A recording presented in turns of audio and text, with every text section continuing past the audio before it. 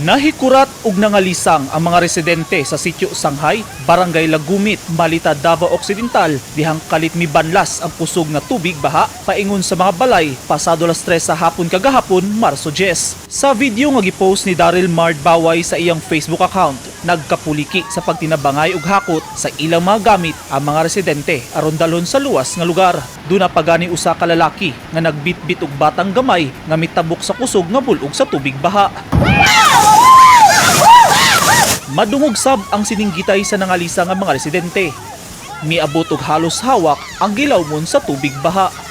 Sumala sa video uploader nga si Daryl, daghang balay ang gibanda sa baha.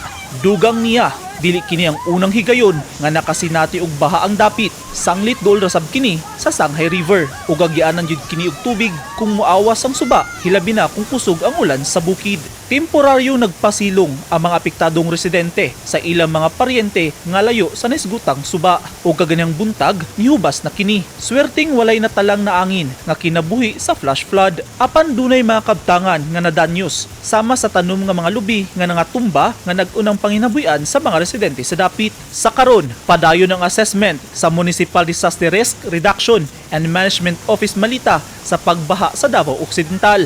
Nibisita na sab ang lokal nga panggamahanan sa Malita sa apektadong barangay ug misaad nga dunay ayudang ipanghatag sa mga apektadong residente. Subay sa report gikan sa Pag-asa, ang nasinating sagunson nga pag-ulan sa pipila ka mga probinsya sa Mindanao epekto sa shear line nga mao'y hinungdan sa mga pagbaha o pagdahili sa yuta.